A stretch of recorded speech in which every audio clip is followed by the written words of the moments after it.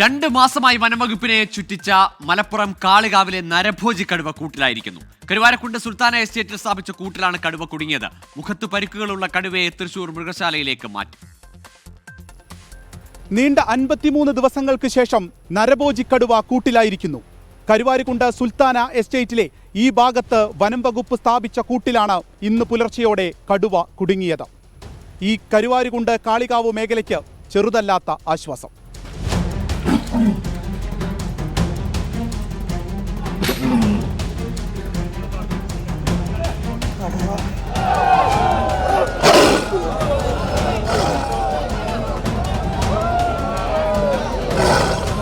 May 15-നാണ് Adakkakundu rubber എസ്റ്റേറ്റിൽ വെച്ച് rubber tapping തൊഴിലാളിയായ ഗഫൂറിനെ കടുവ കൊലപ്പെടുത്തിയത്.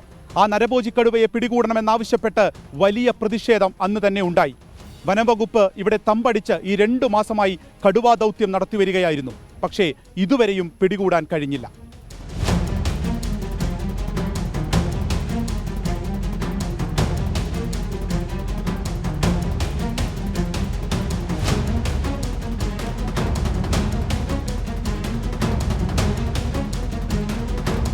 വനംവകുപ്പ് സ്ഥാപിച്ച ക്യാമറയിൽ പലതവണ കടുവയുടെ ദൃശ്യങ്ങൾ പതിഞ്ഞു. കടുവയെ മുഖാമുഖം കണ്ടവരുമുണ്ട്. അങ്ങനെ ഇവിടുത്തെ സാമൂഹ്യ ജീവിതത്തെ തന്നെ ഈ കടുവാ ഭീതി വളരെയേറെ ബാധിച്ചു.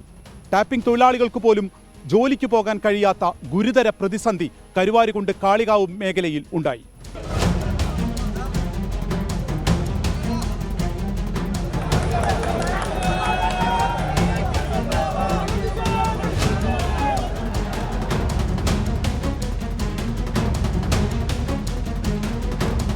കടുവയ്ക്ക് വെച്ച കൂട്ടിൽ പുലി കുടുങ്ങിയ പ്രദേശം കൂടിയാണിത്.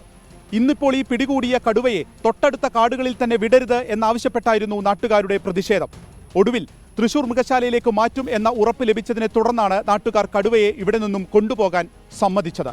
ഒപ്പം ഇവിടെ മറ്റ് കടുവയും പുലിയും ഇനിയുമുണ്ടെന്നും അതുകൊണ്ട് തന്നെ വനംവകുപ്പിന്റെയും RRTയുടെയും ശ്രദ്ധ ഈ കരുവാരക്കുണ്ട് കാളികാവ് മേഖലയിൽ വേണമെന്നും നാട്ടുകാർ വീണ്ടും ആവശ്യപ്പെടുന്നു.